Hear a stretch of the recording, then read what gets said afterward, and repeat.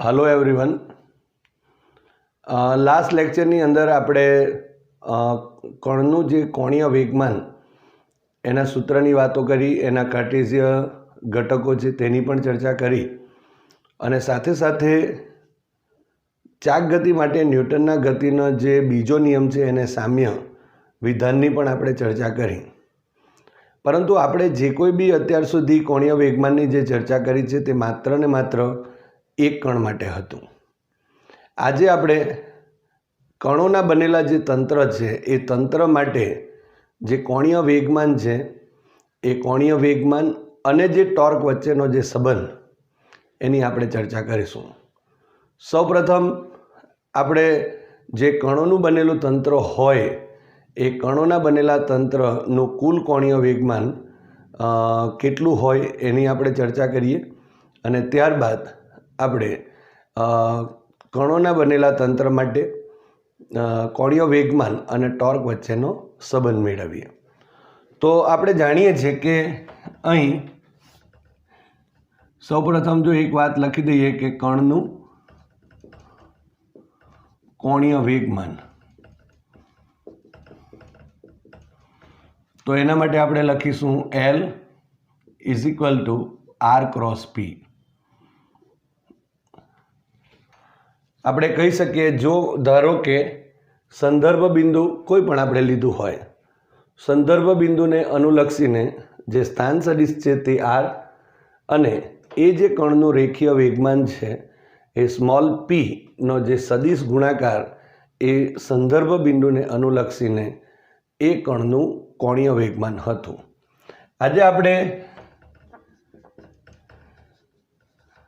કણોના બનેલા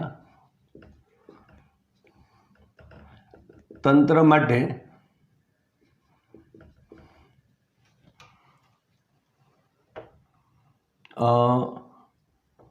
કુલ કોણીય વેગમાન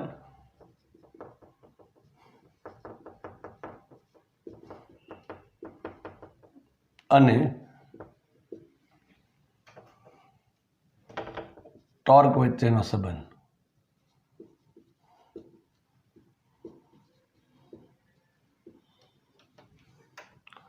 આ આપણે મેળવીશું। પણ જ્યારે આપણે આ જે થિયરીની વાતો કરીશું તે પહેલાં તો જો કણોનું બનેલું તંત્ર હોય તો એનું કુલ કોણીય વેગમાન કેટલું, તો એની ચર્ચા આપણે કરીએ। ધારો કે n કણો ના બનેલા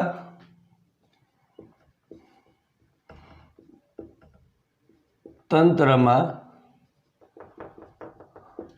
સંદર્ભ બિંદુ ને અનુલક્ષીને તેમના સ્થાન સદિશો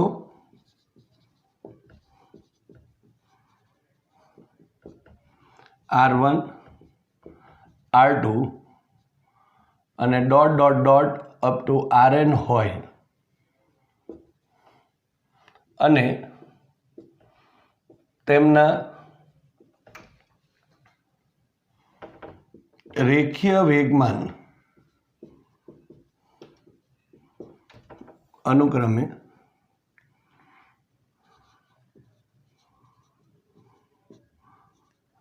P1 P2 અને ... અપ ટુ Pn હોય તો અહીં આપણે લખી શકાય n કણો ના બનેલા તંત્રનું કોણીય વેગમાન। ધારો કે આપણે એને કેપિટલ L વડે દર્શાવીશું। હવે કેપિટલ L એટલે n કણોનું જે બનેલું તંત્ર છે એનું કુલ કોણીય વેગમાન દર્શાવે છે। હવે જો પહેલા કણની વાત કરીએ તો આપણે એમ કહી શકાય L1 સદિશ, બીજા માટે કહીશું તો L2 સદિશ પ્લસ ... અને પ્લસ Ln સદિશ। એટલે જો આપણે કહેવું હોય તો એમ કહી શકાય કે n કણોના બનેલા તંત્રનું કુલ કોણીય વેગમાન જો L હોય તો એ દરેક કણનું જે કોણીય વેગમાન છે, દરેક કણનું n કણોના બનેલા તંત્રનું દરેક કણનું જે કોણીય વેગમાન છે એના સદિશ સરવાળા બરાબર હોય છે. હવે આને આ રીતે પણ લખી શકાય, ઇઝ ઇક્વલ ટુ, જો લખીએ આપણે તો સિગ્મા લખી દઈએ, i is equal to 1 to n લખીશું અને અહીં li સદિશ લખાશે. તો આ રીતે પણ આપણે શોર્ટમાં લખી શકાય. અથવા તો જો આ રીતે લખવું હોય L1 માટે તો L is equal two suppose R1 cross અહીં P1 થશે પ્લસ R2 ક્રોસ P2 થશે અને plus dot dot dot plus RN cross PN થશે. તો આના બદલે આપણે જો લખવું હોય તો ઇઝ ઇક્વલ ટુ અહીં sigma i is equal to 1 to n બરાબર, અને અહીં RI અને ક્રોસ PI જેવું થશે. સો L ઇઝ ઇક્વલ ટુ આપણે આ રીતે પણ લખી શકાય. માટે હવે આ જો લખવું હોય તો આ રીતે સાથે સાથે લખી શકાય કે sigma i is equal to 1 to n અને li સદિશ is equal to sigma i is equal to 1 to n અને અહીં RI ક્રોસ PI થશે. તો આ રીતે આપણા પાસે એક અહીં આન્સર મળે છે, જ્યાં RI શું બતાવે છે તો આઈમાં જે કણ છે એનો સંદર્ભ બિંદુને અનુલક્ષીને સ્થાન સદિશ કહેવાશે અને PI શું કહેવાશે તો આઈમાં જે કણ છે એનો એનો જે રેખીય વેગમાન છે તે દર્શાવે છે. માટે L ઇઝ ઇક્વલ ટુ આટલું મળે છે. તો આ રીતે આપણે n કણોના બનેલા તંત્ર માટેનું કુલ કોણીય વેગમાન છે એ આપણે શોધી શકીએ. લખવું હોય તો લખી શકાય, જ્યાં RI એ આઈમાં કણનો સ્થાન સદિશ અને PI એ આઈમાં કણનું રેખીય વેગમાન. તો આ રીતે આપણે અહીં ટોટલ L શોધી શકીએ. હવે આપણે જે રીતે આગળ જે ચર્ચાઓ કરી, આપણે એક કણ માટેની જ્યારે ચર્ચા કરેલી ત્યારે L is equal two R cross P લીધું હતું અને ત્યાર પછી એનું વિકલન કરીએ તો જે ન્યૂટનના ગતિનો બીજો નિયમને સામ્ય આપણા પાસે એક વિધાન મળશે. અહીં આપણે એ જ સંબંધની જ્યારે ચર્ચા કરવાના છે, પણ તે એક કણ માટે હતું અને આ કણોના બનેલા તંત્ર માટે છે. એટલે પરીક્ષાની અંદર જ્યારે પણ આ સવાલ પૂછાય ત્યારે થોડી કાળજી રાખવાની કે એક કણ માટે પૂછેલું છે કે પછી કણોના બનેલા તંત્ર માટે. તો અહીં આપણે જોઈ શકીએ કે ધારો કે હવે અહીં લખીએ કે L is equal to sigma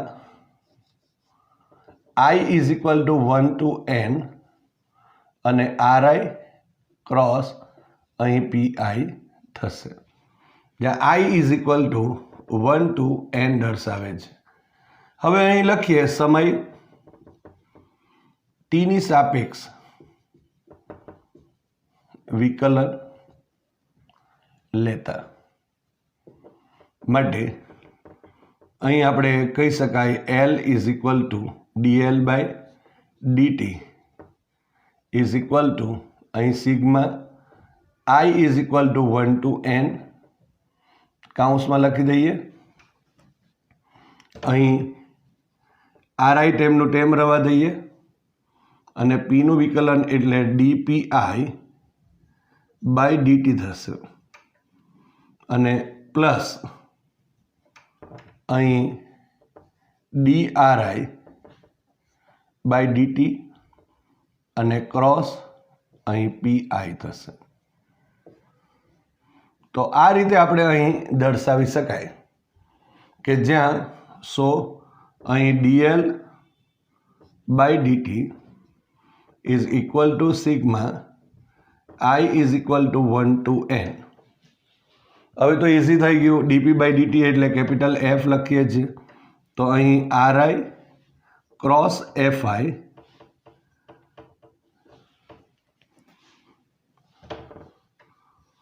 આ રીતે લખીશું અને પ્લસ અહીં vi થશે અને ક્રોસ pi. જ્યારે એક કણ માટેની વાતો હતી ત્યારે આપણે v ક્રોસ p જ લખતા હતા. અહીં dr by dt is equal to v થયું અને અહીં dp by dt is equal to capital F. પરંતુ n કણોનું બનેલું છે માટે આપણે આઈનો સંદર્ભ અહીં લેવો પડે. પરંતુ આપણે જાણીએ છીએ કે અહીં જો ધારો કે 1 લઈએ તો v1 અને p1 એ બંને એક જ દિશામાં હોય અને તેથી આપણે લાસ્ટ ટાઈમ જે વાત કરી તે પ્રમાણે જ અહીં આ જે પદ છે એ 0 થઈ જશે અને તો આપણી પાસે જે પદ મળે છે એમાં અહીં dl by dt is equal to sigma I is equal to 1 to n અને કૌંસમાં ri ક્રોસ fi થશે. હવે ri ક્રોસ જો fi થાય તો એની જગ્યાએ આપણે શું લખી દેવાશે? તો ti પણ લખી શકાય. અહીં જો ધારો કે આપણે લખવું હોય તો r1 cross f1 plus r2 cross f2 plus dot dot dot કરીને n માટે લખી શકાય. પણ અહીં આપણા પાસે એક ચર્ચા પહેલાં લેવી હોય તો લઈ શકાય. માટે અહીં જો આપણે પહેલાં તો લખી દઈએ divided by dl by dt is equal to અહીં લખીશું r1 cross f1 plus r2 cross f2 અને plus dot dot dot plus rn cross fn થશે. માટે dl by dt is equal to અહીં લખીએ તો τ1 પ્લસ τ2 અને પ્લસ ડોટ ડોટ ડોટ અને τn થશે. એટલે કે એક કણ પર લાગતું ટોર્ક અહીં બીજા કણ પર લાગતું ટોર્ક અહીં એનમાં કણ પર લાગતું ટોર્ક આપણને મળે છે. તો આ રીતે જો આપણે વિચારીએ તો આ કુલ ટોર્ક થયો.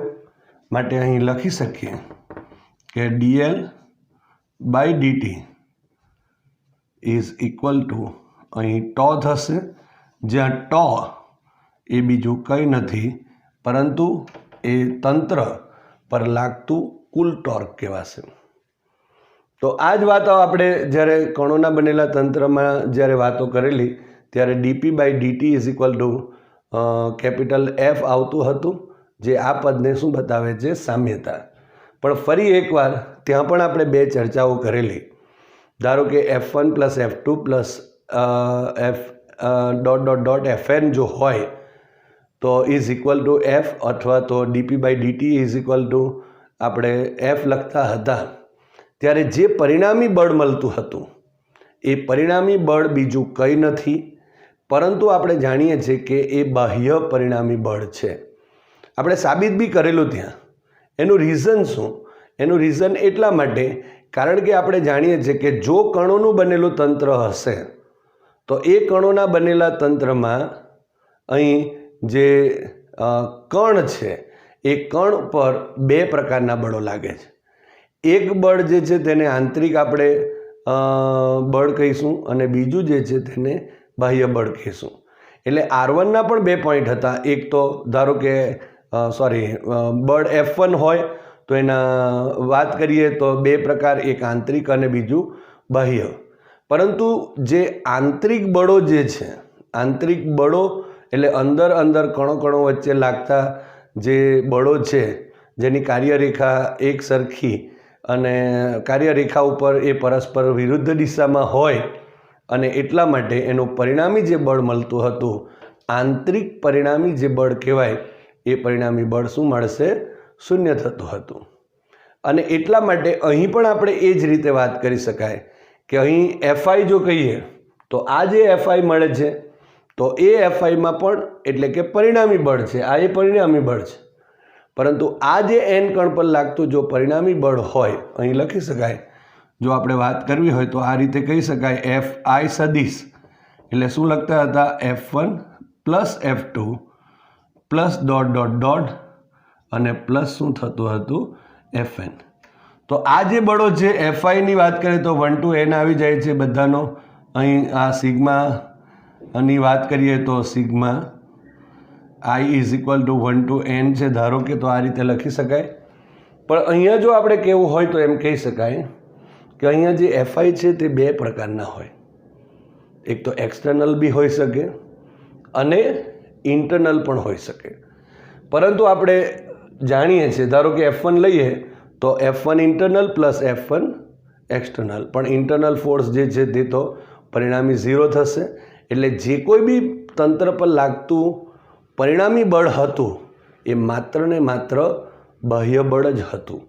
અને એના લીધે આપણે અહીં પણ જે કહી શકીએ, અહીં જે τ1 લઈએ તો τ1 જો અહીં આપણે લખીએ તો એફઆઈના જો આપણે બે ઘટકોની વાતો કરીએ તો ઇઝ ઇક્વલ ટુ એક એફઆઈ એક એક્સટર્નલ હશે અને પ્લસ બીજું જે હશે તે એફ ઇન્ટરનલ હશે. ધારો કે એફઆઈ ઇન્ટરનલ થાય તો એના જ હિસાબે જો ટીઆઈ લખી દઉં, total sigma I is equal to 1 to n, બરાબર. તો અહીં જો આપણે કહેવું હોય તો ઇઝ ઇક્વલ ટુ જે ટોટલ હતું તે τ આઈ એક્સટર્નલ અને પ્લસ τ આઈ ઇન્ટરનલ, આ રીતે લખી શકાય. તો આ તો આપણે 1 by 1 લઈએ તો ધારો કે જો પહેલાં પર લાગતું જે ટોર્ક છે તેને τ1 કહીએ તો અહીં τ1 is equal to 1 external plus અહીં શું થશે, ઇન્ટરનલ કહી શકાય. અથવા અહીં તમે આ નહીં લખો તો પણ ચાલશે. ઓકે, અહીં 1 બતાવું તો અહીં પણ 1 થશે, અહીં પણ 1 થશે. 1 પર લાગતા બેનો સરવાળો થયો. પરંતુ આ જે બળો જે છે, આ બળો જે છે એ તો અહીં પોતાનું પરિણામી જે બળ છે એ શૂન્ય થશે, ઇન્ટરનલ, એટલે કે આંતરિક પરિણામી બળ બધાના શૂન્ય. અહીં જ્યારે 2 હશે તો અહીં 2 ઇન્ટરનલ, તો 2 ઇન્ટરનલ 1 ઇન્ટરનલ બધાના આંતરિક પરિણામી બળો કેવા થવાના, શૂન્ય થાય. માટે માત્ર જે કંઈ બી ટોર્ક આપણને મળશે અહીં, એ જે ટોર્ક મળશે તે શેનો મળશે, માત્ર ને માત્ર એક્સટર્નલ એટલે કે બાહ્ય ટોર્કને લીધે જ મળશે. એટલે અહીં જો કહેવું હોય તો એમ કહી શકાય કે dl by dt is equal to τ. Torque જે છે એ ટોર્ક આપણે જો કહીએ તો τ એક્સટર્નલ પણ લખી શકાય. અને τ એક્સટર્નલનો મતલબ શું થયો કે એ કણોના બનેલા તંત્ર પર લાગતું પરિણામી બાહ્ય ટોર્ક. કેવું ટોર્ક હશે અહીં, આ બાહ્ય ટોર્ક તરીકે આપણે એને દર્શાવી શકીએ. તો આ રીતે આ જે સંબંધ છે કણોના બનેલા તંત્ર માટે કુલ કોણીય વેગમાન અને જે ટોર્ક છે એના વચ્ચેનો સંબંધ કહી શકાય. તો ફરી એકવાર અહીં કહી શકાય, સંદર્ભ બિંદુને અનુલક્ષીને જે કણોના બનેલા તંત્રનું જે કુલ કોણીય વેગમાન છે એમાં થતા ફેરફારનો જે સમયદર છે એ તંત્ર પર લાગતું જે પરિણામી જે છે એ બાહ્ય ટોર્ક બરાબર હોય છે. તો આ રીતે આપણે એને વ્યાખ્યાયિત પણ કરી શકાય. હવે આપણે જે કણોના બનેલા તંત્ર માટે જે કુલ કોણીય વેગમાન અને ટોર્ક વચ્ચેના જે સંબંધની જે ચર્ચાઓ કરી, તો હવે એના ઉપરથી આપણે જે કણોના બનેલા તંત્ર માટે કોણીય વેગમાન સંરક્ષણના નિયમની પણ ચર્ચા કરીએ. આપણે જે આગળ જે રેખીય વેગમાન સંરક્ષણના નિયમની જ્યારે ચર્ચાઓ કરેલી ત્યારે આપણે જાણીએ છીએ કે કણોનું બનેલું તંત્ર હોય એનું કુલ રેખીય વેગમાન જે છે એ અચળ રહેતું હતું. એટલે આપણે શું લખતા હતા કે capital F is equal to dp by dt જો લખીએ તો જો f 0 થાય તો p શું થતું હતું? અચળ રહેતું હતું. એટલે કે કણોના બનેલા તંત્ર માટે જો કુલ રેખીય વેગમાનની વાતો કરીએ તો તે અચળ રહે છે એવું આપણે ભણેલા. અને એના ઉપરથી આપણે જે કણોના બનેલા તંત્ર માટેનું જે રેખીય વેગમાન સંરક્ષણનો નિયમ એની આપણે ચર્ચાઓ કરેલી. દાખલા તરીકે આપણે કહેવું હોય તો એમ કહી શકાય કે કણોના બનેલા તંત્ર માટે જો તેના પર લાગતું જો પરિણામી બાહ્ય બળ જો શૂન્ય થાય તો તંત્રનું કુલ કોણીય વેગમાન તંત્રનું કુલ રેખીય વેગમાન જે છે એ અચળ રહે છે. એને કણોના બનેલા તંત્ર માટે રેખીય વેગમાન સંરક્ષણનો નિયમ કહી શકાય. આજે આપણે કણોના બનેલા તંત્ર માટેની જ વાતો કરી રહ્યા છે, પરંતુ કોણીય વેગમાન સંરક્ષણની વાતો કરીશું. હવે પહેલી એક વાત જો આપણે અહીં સમજી લઈએ કે સંરક્ષણ એટલે શું. ઘણીવાર આ બાબતોની ચર્ચા આવે છે. રેખીય વેગમાન સંરક્ષણનો નિયમ, ઉર્જા સંરક્ષણનો નિયમ, ગતિ ઉર્જા સંરક્ષણનો નિયમ. તો આ જે સંરક્ષણ એટલે શું? સંરક્ષણનો મતલબ એવો થાય કે અહીં જો ઉર્જા સંરક્ષણનો નિયમ હશે તો એનો અર્થ એવો થયો કે એ જે ભૌતિક રાશિ છે એ પ્રક્રિયા પહેલાં અને પ્રક્રિયા પછી બંને વખતે એક સરખી અથવા તો અચળ રહેશે. દાખલા તરીકે આપણે ઉર્જા સંરક્ષણના નિયમની જ્યારે વાત કરીએ ત્યારે આપણે જાણીએ છીએ કે પ્રારંભિક જે છે વિશ્વની કુલ ઉર્જા એ અચળ રહે છે. એટલે એનું એકમાંથી બીજામાં રૂપાંતરણ થઈ શકે, પરંતુ એનું જે કુલ જે ઉર્જા છે એ ઉર્જા અચળ રહે છે. તો આ રીતે આપણે ઉર્જા સંરક્ષણના નિયમની ચર્ચાઓ કરતા. તો અત્યારે પણ આપણે કણોના બનેલા તંત્ર માટે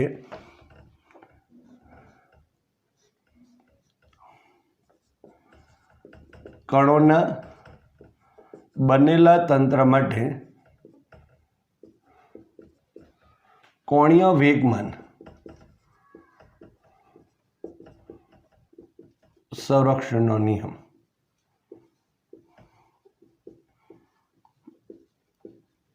અહીંથી તમે જોઈ શકો છો કે અહીં જે રાશિ છે તે કોણીય વેગમાન છે, માટે એનું સંરક્ષણ થશે એટલે અચળતાની વાતો આવવાની. પણ અહીં જે આપણે અત્યારે જે કણોના બનેલા તંત્ર માટે કુલ કોણીય વેગમાન અને ટોર્કનો જે સંબંધ મેળવેલ છે એના સૂત્ર ઉપરથી જ આપણે આ બધી ચર્ચાઓ કરીએ. તો કણોના બનેલા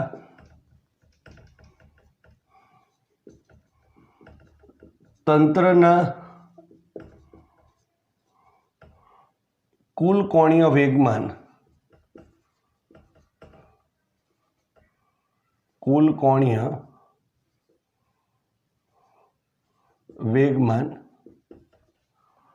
અને ટોર્ક વચ્ચેનો સંબંધ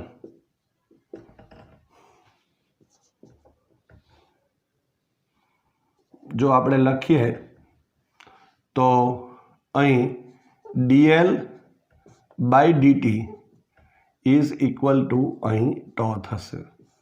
ફરી એકવાર આ જે વાતો છે એમાં આપણે અત્યારે ચર્ચા જે કરી તે પ્રમાણે કે જે ટો આપણે લખીએ છીએ આ ટો એને આપણે ટો એક્સટર્નલ પણ લખી શકાય.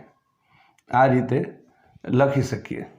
એનો મતલબ કે જે કોઈ બી ટોર્ક લાગે છે તંત્ર પર એ માત્ર ને માત્ર બાહ્ય ટોર્ક જ છે.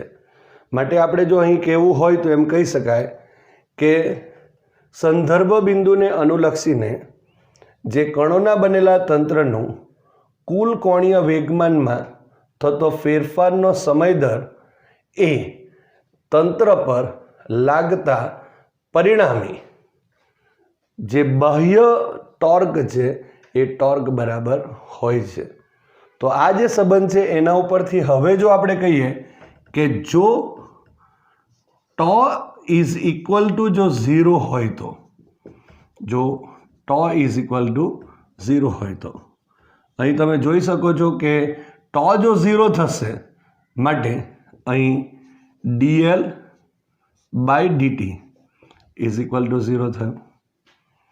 તો અહીં ડીએલ બાય એનો મતલબ શું થશે? ટો ઝીરોનો મતલબ શું થયો કે તંત્ર પણ કોઈ પણ પ્રકારનું બાહ્ય ટોર્ક લાગતું નથી, અને જ્યારે બાહ્ય ટોર્ક લાગતું નથી ત્યારે D L by D T is equal to 0. એનો અર્થ શું થયો કે સમયની સાપેક્ષ જે કુલ કોણીય વેગમાન છે એમાં જે ફેરફાર છે તે શૂન્ય થાય, અને જો સમયની સાપેક્ષ જો એના ફેરફાર જે છે એ જો શૂન્ય થયો તો એનો મતલબ જ એવો થયો કે એ રાશિ કેવી થશે? અચળ. અથવા તો વિકલનના સંદર્ભમાં પણ જો વાતો કરીએ તો અહીં તમે જોઈ શકો છો, આપણે અહીં કહેતા કે D by D X of C એટલે કે કોન્સ્ટન્ટ, તો કોન્સ્ટન્ટનું જો હોય તો અહીં 0 થતું હતું, તો એનો મતલબ અહીં ટી પણ લખી શકાય જો ચલ હોય તો, કે સમયની સાપેક્ષ આ જે અચળ છે તે બદલાતો નથી, અને તેથી એનું વિકલન જે છે એનો ફેરફાર જે છે તે અહીં 0 થશે. અથવા બીજી રીતે કહીએ તો અહીં ડીએલ ઇઝ ઇક્વલ ટુ 0 થશે, અને જો ડીએલ સમયનો ફેરફાર તો થશે પણ ડીએલ ઇઝ ઇક્વલ ટુ 0 થાય, અને ડીએલ ઇઝ ઇક્વલ ટુ જો 0 થાય તો એનો મતલબ જ એમ થયો કે રાશિ અચળ થઈ જશે. માટે અહીં જો આપણે કહેવું હોય તો એમ કહી શકાય કે એલ ઇઝ ઇક્વલ ટુ શું થશે? અચળ. તો આ રીતે આપણે અહીં કહી શકાય. એટલે ફરી પાછા જો આપણે કહેવું હોય તો એમ કહી શકાય કે જો ટો ઇઝ ઇક્વલ ટુ 0 હોય તો અહીં એલ ઇઝ ઇક્વલ ટુ શું થવાનું? અચળ. એલનો મતલબ અહીં જો આપણે કરીએ તો અહીં આપણે કહીએ તો એલ અચળ થયો, એનો મતલબ કે તંત્રનું કુલ જે કોણીય વેગમાન છે એ અચળ થયું. હવે આ જો રાશિ અચળ થઈ તો એના માટે જો આપણે લખવું હોય તો લખી શકાય. જો આપણે એને એલ જો વાત કરીએ કાર્ટેશિયન યામાક્સમાં પણ લખી શકાય. એલ ઇઝ ઇક્વલ ટુ આવું કંઈક લખી શકીએ, એલ એક્સ આઈ કેરેટ બરાબર plus L Y J caret, અને પ્લસ શું લખાશે? એલ ઝેડ અહીં કે કેરેટ થયું. આ એટલા માટે લખીએ છીએ કે આ એક્સની દિશામાંનો ઘટક છે, અહીં વાયની દિશામાંનો ઘટક, અને આ ઝેડની દિશામાંનો એલનો ઘટક થયો. તો અહીં લખવું હોય તો લખી શકાય કે એલ એક્સ એલ વાય અને એલ ઝેડ એ અનુક્રમે એક્સ વાય અને જે ઝેડ જે છે એ અક્ષોને અનુલક્ષીને કોણીય વેગમાન